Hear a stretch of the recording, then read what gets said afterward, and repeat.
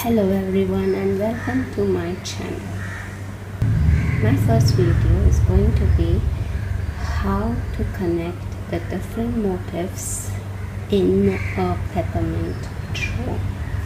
If you all remember, this draw was very famous last year and during Christmas basically, and everyone was going hyper over it and creating it. I did start it actually last year, but then I got stuck with the connecting part. You got to create 42 of these motifs and they are to be connected together. Now if you notice, this has a spiraling effect and the connection is to be done in such a way that no two spin wheels touch each other, for instance like this or like this, because then it loses its spiraling effect. Anyway, now the person who created this, I must say, was super smart, because she not only made it but she also knew how to give that effect. From round 1 to round 10, all of them are the same. The demonstration for which you will find on Crochet Crowd. The channel name is Crochet Crowd and the person demonstrating it to you is Mikey. I'm sure you all know who he is. He's quite famous among crochet lovers. Anyway, he's demonstrating really beautifully how to make this, and I've learned it from him. But what I found lacking was how to have them connected. Finally, I come across a small little piece in that video where just a few of them are shown, like motif number 2, 1, 2, 3, 4, sort of like this, a small little patch shown, and taking that as my guideline, I came upon a chart. I made a chart. Now this is not really visible, therefore I became more fancy and made this one so you can see it a little better. What is numbered is the number of the motif. Of the 42 motifs that are made, number 1 and number 2 we make 10 of each, number 3 and number 4 we make 9 of each, number 5 and number 6 we make 2 of each, the sum of which totals 42. Okay, now what am I really talking about? Okay, let's get into that. Motif number 1 and motif number 2 are almost similar, only the starting point, or rather the corner points are different, but they each have 8 corners. We've got 8 corners with motif 1 and motif 2. What does that mean? That means that this motif can be connected with 8 more motifs around it. One at this point, one at this point, one at this point, one at this, at this, at this, and this.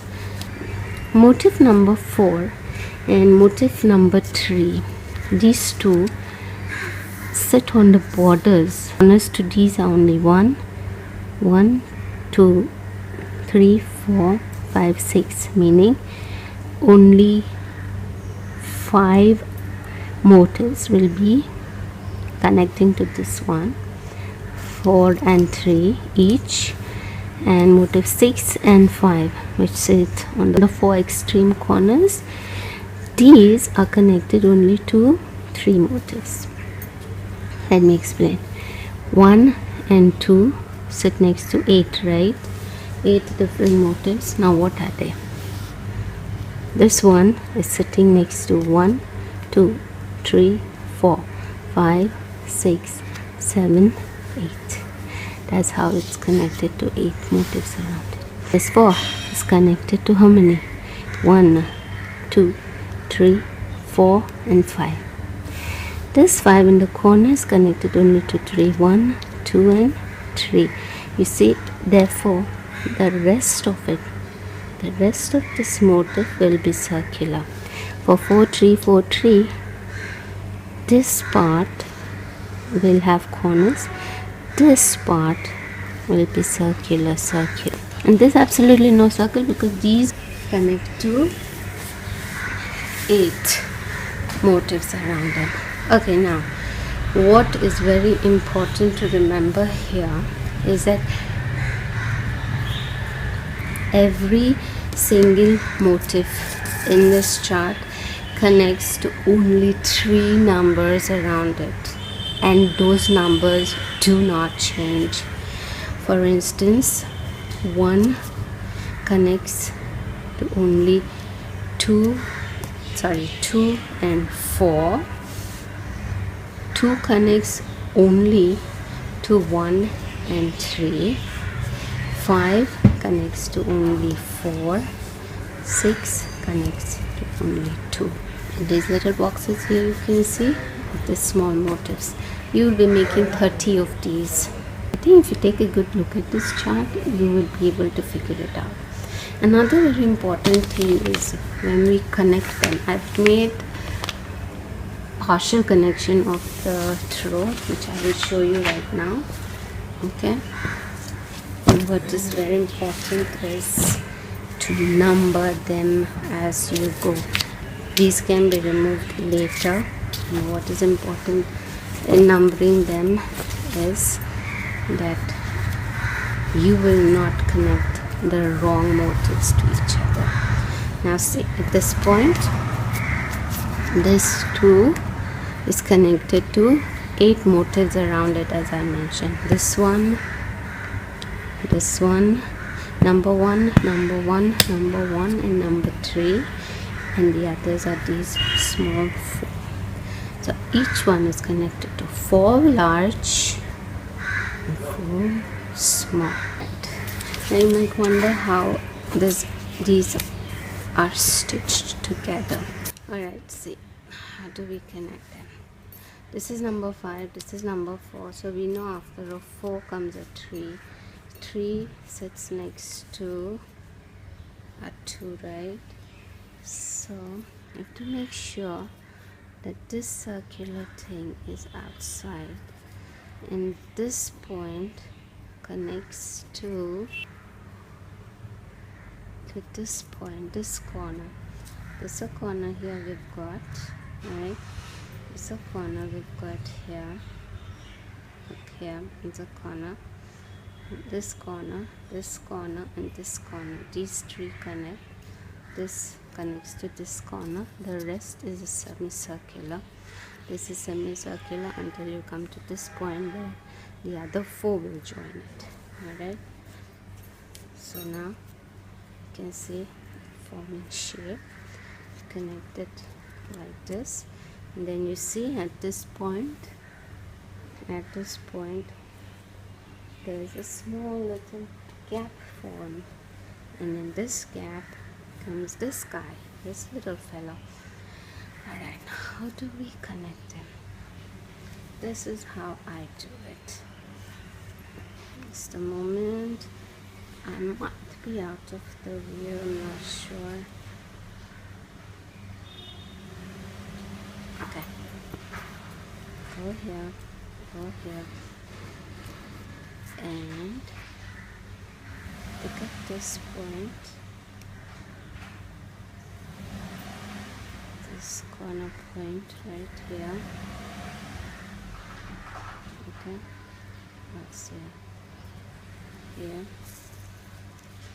go through, and keep them sitting side by side. And now I come from the other side. I go through these 2 chains and these 2 chains and pull through. Now go to the next 2, pick up the next 2 on the other side. Okay, don't have to tap too hard because then otherwise it will crunch. We don't want it to crunch, right? So you come again through here, pull through, go through, come through here. I'll just show you guys up to here. So I can show you how to do the corner, how I do the corner. It's really up to you how you want to do. Some do it from the back side, as in turn the work over, do it from behind. Some people like to crochet the ends. It really depends on what effect you want to get at the end when the work is done.